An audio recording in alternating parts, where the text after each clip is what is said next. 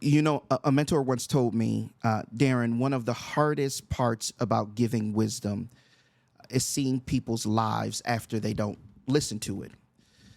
You know, today in the text I'm going to talk about, we see this very thing in King Rehoboam's life. But there's one caveat to this, that Rehoboam isn't a regular person. He is a king and a leader. And when leaders forsake wisdom, it doesn't only affect them, but it also affects everyone under their rule. And even at times can move the markers of history. This lesson that we're going to talk about today, it cries out to all leaders. And it's yelling to them. It's yelling to me. It's yelling to you. Trust wisdom more than anything, even yourself. Today, I'll give you a chance to turn there. We'll be in 1 Kings 12. We find this specific story about Rehoboam's life and his decision-making in 1 Kings 12. The passage starts with verse 1. And in verses 1 through 4, we see that Rehoboam is approached by a man named Jeroboam. Let me give you a little background here. Jeroboam was one of King Solomon's officials, and King Solomon was Rehoboam's dad. And Jeroboam, before this moment that we see in this text, is in hiding. He's hiding away from King Solomon, Rehoboam's dad, because God gave Jeroboam a vision that became known that he was going to take 10 of the 12 tribes of Israel away from Solomon and out of Solomon's leadership. And God gave them to Jeroboam because Solomon began to worship other gods amongst doing other sins. So Jeroboam's coming to Rehoboam, and he's trying to establish this peace treaty with Rehoboam that he couldn't establish with Solomon. And he puts the offer in front of Rehoboam. And believe it or not, Rehoboam starts this story with wisdom, but soon loses grip of it. And we see him start this story with wisdom. I'm in 1 Kings 12, verse 4. We see him start this wisdom in 1 Kings 12, verse 4. It says, Jeroboam is talking to Rehoboam in verse 4, and he says, your father made our yoke hard. Now, therefore, lighten the hard service of your father and his heavy yoke, which he put on us, and we will serve you. That's Jeroboam talking to Rehoboam. Here is where Rehoboam starts with wisdom. Then he said to them, depart for 3 days, then return to me. So the people departed. Jeroboam and all the people he was with, they were departed away from Rehoboam. And King Rehoboam consulted with the elders who had served his father Solomon while he was still alive, saying, how do you counsel me to answer this people? So the first thing that we see is that Rehoboam does not make a rash decision. This is where the wisdom is. He tells them to go away for 3 days and then come back and he'll give them decision. He seeks out wisdom from a specific group of elders. This is good because these elders are specific in their experience. They advised his dad Solomon, and maybe they had some time to reflect on what they did right and what they did wrong. They had developed skills and methods. They put those skills and methods into practice, and that practice became a body of work. And these elders show their wisdom because in verse 7, they give Rehoboam a reply that is filled with a ton of wisdom and insight. The passage says, then they spoke to him saying, if you will be a servant to this people today, will serve them, grant them their petition, and speak good words to them, they will be your servants forever. There is so much wisdom wrapped up in their reply, in their answer. Here's where we start with the wisdom. Number one, they gave him a specific strategy on how to deal with the people that had long-term thinking at its core. He said, man, you do this, they'll serve you forever. Number two, they advised him to care for the people well. And maybe it seems like they noticed Jeroboam's vulnerability and maybe even saw in Jeroboam this dire need to no longer be on the run and hide out. So they saw that Rehoboam had some leverage in this situation. Number three, they reminded him that his kingship was about servanthood. They reminded him his kingship was about servanthood. And number 4, they derived their decision from the intangible motives of leadership that you only have in experience and not the black and white choices that was on the table. Number 5, their wisdom was comprehensive. It included the situations: what, how, when, and why. And after these leaders do all of that, the text tells us that Rehoboam forsook their counsel. This word forsook means that Rehoboam failed to obey their advice, failed to heed their wisdom, and failed to notice the value in doing what they instructed him to do. And right here at this point, I want to pause, because when I was reading through this, and this hopped out on me, this part right here just literally hopped off the page to me, and the Holy Spirit gave me this thought right here. That whenever we learn from wisdom, whenever we're engaging with wisdom, that we must understand that wisdom is not to be considered. She is to be obeyed. I'm going to say that to you one more time. I'll move my Bible over and say it to you one more time. Wisdom is not to be considered. She is to be obeyed. Proverbs 2 verses 10 through 12 tell us, for wisdom will enter your heart and knowledge will be pleasant to your soul. Discretion will guard you. Understanding will watch over you to deliver you from the way of evil. But there's one condition attached to that, that wisdom only does that if you obey it. Now, if you're a Bible reader, you know that Solomon was considered throughout the scriptures to be the wisest man to ever live. Solomon was so wise, but it shows us that wisdom can't even save us from sin, because he was the wisest man. But just because he knew wisdom doesn't mean that it saved him from anything. In fact, when he did not put wisdom into practice, all of this wisdom that he knew, he made foolish decisions which ended up contributing to his downfall. And so even Solomon, Rehoboam's father, in Ecclesiastes 7:12 writes this about wisdom. For wisdom is protection, just as money is protection.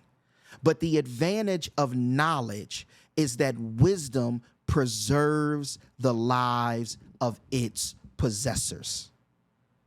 Wisdom is protection, just like money is protection. But Solomon says there's one big difference with wisdom. Here's the big difference with wisdom, that wisdom preserves the lives of those who possess and use it. Wisdom is not just to be considered. I don't care how much wisdom you know. I care about how much wisdom you do. I don't care if you have it hanging around on pieces of paper, if you read it often. If you are not doing it, you are not in proper relationship with wisdom, because wisdom is just not to be considered. It's just not to be thought of. It's just not to be written down. It's just not to be read. It is to be obeyed. And we see that Rehoboam doesn't obey wisdom. Instead of heeding the instruction of these elders, verse 8 says that he forsook their wisdom and consulted with the young men he grew up with. Now, I've seen a lot of young leaders, old leaders, and this habit can be found in all of us. Instead of going to those who possess wisdom and should serve us as our spiritual, let's just say, gurus, we entrust our leadership roles and responsibilities to what I call occupational groupies. What are occupational groupies? Occupational groupies are those people who, if you were not in a position, they cannot be in a position. If you didn't pull them up with you, they wouldn't be able to accomplish anything on the level that you are on or anywhere near the level. That they may even be in the same industry as you, may be in the same field as you, but the only reason that they are hanging around and the only reason that they are around is because they know you. They have no wisdom to offer you. They have no subject matter expertise to offer you. They have no knowledge to offer you. They are just hanging around. And we see this in verses 9 through 14. Look at verse 9. Verse 8 tells us about how he forsook the counsel of the elders, which they had given him. And verse 9 says, and consulted with the young men who grew up with him and served him. That's going to be big. We're going to talk about that idea of them serving him. So he said to them, what counsel do you give that we may answer this people who have spoken to me, saying, lighten the yoke which your father put on us? And the young men who grew up with him spoke to him, saying, thus you shall say to this people who spoke to you, saying, your father made our yoke heavy, now you make it lighter for us. But you shall speak to them, my little finger is thicker than my father's loins. Whereas my father loaded you with a heavy yoke, I will add to your yoke. My father disciplined you with whips, but I will discipline you with scorpions. Do you understand what just happened here? Do you understand the craziness that goes on here? Let me tell you what Rehoboam does here. Rehoboam takes his call that is specifically for him. He takes the leadership that God has graced him to live in, and he hands this off to people his age who are not called, who are not qualified, not only to be in his position of leadership, they aren't even qualified to be a support to him. They don't have a job. They're just hanging around. And Rehoboam takes this big decision that he has to make for the future of the kingdom and the future of this reign, and he puts it in the hands of people who are just hanging around. But nowhere in their life is there an evidence that they have any type of conviction or any type of clue or any type of relationship with God to know what it takes to make a decision like this as a king. That's the first thing that we see. The second thing is that they weren't even mutually successful friends. They worked for Rehoboam. And this reminds us that most times the only kind of friend that will lead us in the right direction and won't tell us what we want to hear when we were in positions of leadership, especially prestigious positions of leadership or positions of leadership that have a lot of weight involved. The only friends that will not tell us what we want to hear are friends that are not afraid to lose their job, to lose the friendship, or to lose the link of some kind of provision that you provide for them. Because they know when it's time to step up, that a part of them being a real friend to you is that they will risk it all to make sure that you never do anything that will jeopardize your life, your calling, your integrity, your leadership, your responsibilities, and the positions that God has given you. If a friend is not willing to risk those three things, they are simply living out what Proverbs 19:6 tells us about people who have many resources or have positions. Proverbs 19:6 says, many will seek the favor of a generous man, and every man is a friend to him who gives gifts. That's just it. A man who is generous, a man who gives gifts, a man or woman who has power, a person who's in the spotlight for their leadership, they'll have no problem finding someone who wants to stand by them. The hard thing for them will be finding individuals who care nothing about that. And when they see them walking towards danger, or when they see them putting their leadership in the hands of people who are not called to lead, who are not called to support them in their leadership, who are not called to have any part of that decision in their hands, they'll confront them at the cost of losing the friendship or losing whatever is valuable within that situation. But there's one other big thing I want to point out to you, maybe one or two that I want to point out to you is I want you to notice the difference in the subject pronouns when he speaks to his friends and gets advice from them versus when he speaks to the elders. Look at verse 6 with me. And then we're going to look at verse 9. Verse 6 says, and King Rehoboam consulted with the elders who had served his father Solomon while he was still alive, saying, how do you counsel me? Circle that me. Circle that in your Bible. Highlight it on your Bible, at whatever you do. How do you counsel me to answer this people?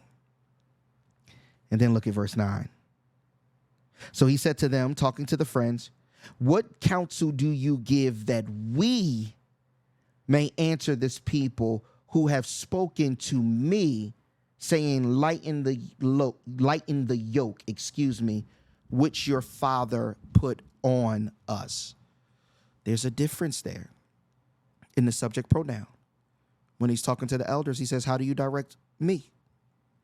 When he's talking to the friends in verse 9, he says, what counsel do you give that we may answer the people who have spoken to me, saying, lighten the yoke which your father put on us? There's something here.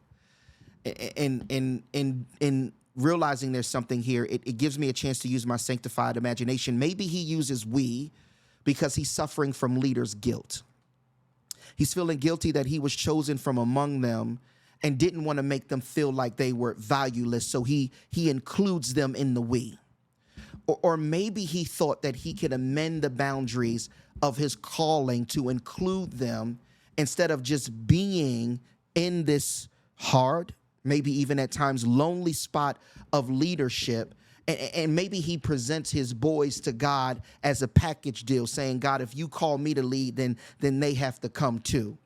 But notice when he's talking to the elders, there's a clear dividing line. He says, advise me. And maybe in my sanctified imagination, maybe he says me to the elders because these elders understand and respect the line of boundary that they have between him to support his leadership, and they're not trying to be his friend. So even if he tried to pull them over the line, he would say to them, Rehoboam, we are here to give you advice and give you wisdom, but you are king and you need to make the decision. That is one of the things that you will notice in people who want to give you wisdom. Is they will draw a clear line and say, listen, God sent me here to support you. God sent me here to speak to you. I don't want to sit in your seat as king, but what I want to do is I just want to help you make the best decision. My significance in your life is not me getting to play king for a day along with you. My significance in your life is me helping you make the decision. And Rehoboam chooses the route of the occupational groupies over the advisors. He uses we when he's talking to them. And no matter what he thought or what he was going through, whether it was the guilt or whether it was him trying to bargain and put them together as a package deal, no matter what he thought, there was no we in this situation. And Rehoboam should have never included them in this decision. And we see that Rehoboam's friends, if you look in verse 15, verse 10, and the young men who grew up with him spoke to him, saying, thus you should say to this people, I spoke to that, verse 11, I said that. And so he goes through verse 10 and 11. I read those already, so I'm not going to read them again. But I am going to talk about what they did for him in giving him this answer. This quality of answer was very poor. Number one, it was poor because they tell him to respond with a lack of care for the people. They tell him to respond with arrogance. They tell him to respond with pride. What's the difference between pride and arrogance? Pride is that beginning level when I respond in a way that God has not called me to respond, thinking highly of myself and misusing the power or whatever God has given me. Arrogance is when that is puffed up by 10. Pride morphs into arrogance. There's a level where we are just prideful, and then there's another level where we become arrogant. So he responds with pride. He responds in arrogance. He responds with a misuse of power. He responds with a lack of wisdom. He responds with short-term and short-sighted thinking. And we see that when Rehoboam follows through with his friend's advice, that him following through with their advice is the turning point of this event. Of his kingdom. It's the turning point of his kingdom. God actually uses this decision to make the transfer of the tribes over to Jeroboam and takes them out of Rehoboam's leadership. So the question is, what do we learn here? And this learn of leadership and this learning in leadership, we learn that obeying wisdom leads to leadership development, while forsaking wisdom leads to leadership destruction. It's the first thing it teaches us. This passage also teaches us as leaders, it teaches us that who you put around you, this is good right here, who you put around you as a leader will always mirror what's inside of you as a leader, the good and the bad. Who you put around you as a leader will always mirror what's inside of you as a leader. And so the question you have to ask yourself is, are you surrounded by those who are filled with wisdom and investing in your wisdom, or are you surrounded by occupational groupies who are filled with foolishness and will sell you to your demise with foolish solutions on what you should do in leadership? Thank you for joining me for this Lessons in Leadership. I'll see you on the next one.